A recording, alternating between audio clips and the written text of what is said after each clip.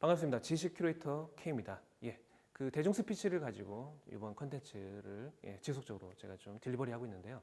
앞서 그 짚었던 부분을 또 하나하나 설명을 드리면 매우 중요한 것은 멘탈이라는 것을 좀 설명을 드린 바 있습니다. 두 번째는 끊임없는 노력입니다. 네. 수십 번의 노력을 통해서 무대에 서야 기본적으로 떨리지 않는다. 그리고 몸은 그것을 기억한다라는 것을 좀 설명드린 바 있고요. 그다음에 사전 체크, 그다음에 현장 체크, 그다음 그 스피치 하는 동안의 체크가 또 동시에 이루어져야 된다는 것을 말씀드렸습니다. 시스템 체크부터 동선, 그다음에 어떤 청자와 화자 간의 그 위치 이런 부분들을 미리 사전에 체크를 해서 파악을 해야 된다는 것과 그다음에 청중들의 분석, 질문을 통해서 혹은 아이스 브레이킹 영상이나 스팟을 통해서 청중들의 수준이 어느 정도고 어느 정도의 유연성을 가지고 있는지를 좀 체크가 필요하다는 것을 좀 말씀드렸습니다. 그리고 바로 지난번에는 결과적으로 제일 중요한 것 중에 하나가 어떤 소재를 가지고 어떻게 스피치에 연결할 것인가에 대해서 좀 설명을 드린 바 있습니다. 그래서 저 같은 경우는 신문과 잡지와 독서를 통해서 끊임없이 소재를 찾고요. 그다음에 다큐멘터리나 혹은 예능 프로그램이나 드라마나 이 모든 것들, 뉴스도 마찬가지입니다. 항상 좋은 소재가 될 수 있다라는 가능성을 가지고 열어놓고 진행을 해야 된다는 것을 좀 설명을 드립니다. 요번에 말씀드리고 싶은 것은 기본적인 어떤 그 스피치, 스킬에 대해서 이번에 좀 짚어드리고자 합니다.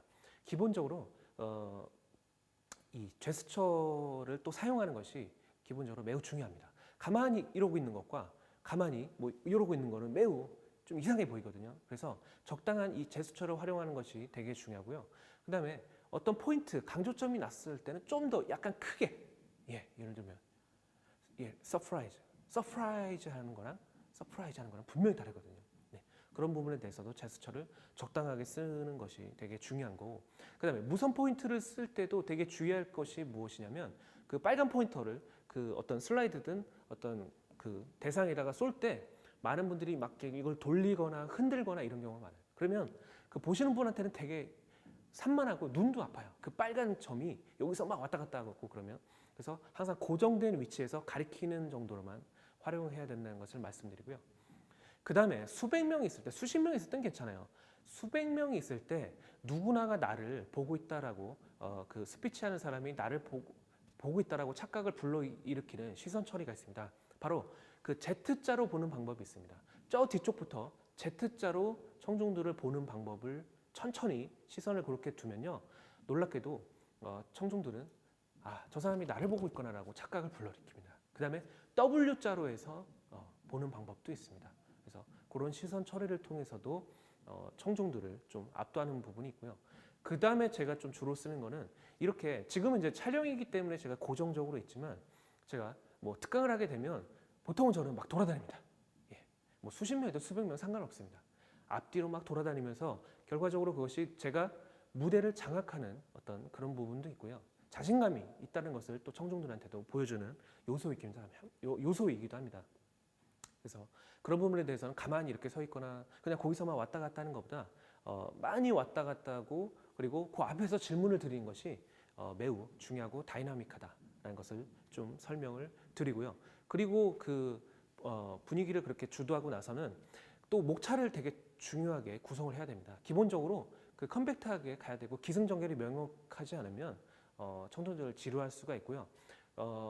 그 초반에는 아이스 브레이킹 차원에서 어떤 그런 소재들을 적절하게 구성을 하고, 그 다음에 본론으로 들어가고, 그 다음에 결론부에서는 how to do에 대한 부분도 충분히 다뤄야 된다는 것을 좀 말씀드리고 싶고요. 그 다음에 그 텍스트 중심이 아니라 이미지 중심과 영상 중심으로 가야 된다는 것을 좀 설명을 드립니다. 그 슬라이드를 만들 때 어떤 분들은 막 글자로 도배를 하신 분이 있어요. 그것도 포인트도 작게. 그러면 청중들한테는 이건 보라는 건지 라는 생각을 하게 돼요. 그래서 기본적으로 포인트는 저 같은 경우는 해서 문장을 보통은 이게 하나의 슬라이드 장표라고 하면 보통 저는 한 3줄 정도만 씁니다. 2줄 혹은 1줄만 쓰고 이미지 혹은 영상만 들어가는 형태로 좀 구성이 돼서 나머지는 다 설명을 하게 됩니다. 그리고요, 기본적으로 60분 이상의 스피치를 하게 되면 슬라이드를 쓰게 되는데, 정말 잘하는 분들은 슬라이드를 안 쓰고 판서를 하게 됩니다. 그건 뭐다? 슬라이드를 의지하게 돼서 슬라이드가 예를 들어 고장이 난다고 치면 당황하게 됩니다. 아무리 많은 그 연습을 했고 무대에 서본 분이라도 일단 슬라이드가 되지 않으면 당황하게 돼요. 예. 근데 반면에 판서로 강의하는 분들은 이미 머릿속에 이게 다 있다는 겁니다. 그래서 청중들을 분석해 나가면서 끌고 나갈 수 있는 힘이 있는 거고, 컨텐츠를 적절하게 가지고 있던 것들을 적절하게 강연 중에도 배분하고 융합하고 해서 아주 좋은 강연을 이끌어 나갈 수 있는 것이 그분들의 강점이고, 내공이 깊은 분들이 기본적으로 판서를 하면서 진행을 한다는 것을 좀 설명을 드립니다. 그 다음에 보통은 이제 스피치에 따라서 좀 다르겠지만 연단에서 사회를 볼 경우에는 물론 대본이 필요합니다. 하지만 어떤 강연을 한다거나 그리고 좀 수십 분에 걸쳐서 스피치를 해야 될 경우에는 기본적으로 원고가 없어야 됩니다. 원고가 있으면 그것을 의지하게 되고요. 그것을 자꾸 보게 되고 그것을 통해서 자꾸 다른 생각을 갖게 돼요. 그리고 만약에 그 원고대로 가다가 문장이나 단어가 하나 딱 틀리게 되면 그 다음이 막 막히게 되는 현상이 벌어집니다. 그래서 기본적으로 원고는 없어야 되고요. 원고가 꼭 필요할 때는 기본적으로 키워드 중심으로만 정리를 해야 됩니다. 네. 문장이라든지 막 그 장황하게 글을 다 써놓으면 기본적으로 그것을 현장에 이걸 읽을 수도 없잖아요. 예, 읽을 수도 없기 때문에 이거는 하나의 그 도구로서만 활용하되 키워드 중심으로만, 예를 들면 장표에 한 단어 정도만 써서 그 다음으로 넘어가는 연결고리 사용하는 것이 매우 중요한 것임을 제가 좀 말씀을 드립니다. 그리고 기본적으로 발성은요, 솔톤으로 가야 됩니다. 대화를 할 때 미톤 정도가 됩니다. 예를 들면 미톤 정도는 이런 겁니다. 발성을 하게 됩니다. 예, 제가 차를 마셨습니다. 요게 한 미톤 정도라면 솔톤은 기본적으로 두 톤이 더 올라가는 거잖아요. 예, 제가 지금 하는 것처럼 약간 소리를 더 발성을 내는데 솔톤으로 가는 겁니다. 그러면 기본적으로 액티비티한 그런 청중들이 받아들일 때 그렇게 느낀다는 것을 기본적으로 좀 설명을 드립니다. 그래서 그런 부분에 대해서 이 발성도 매우 중요합니다.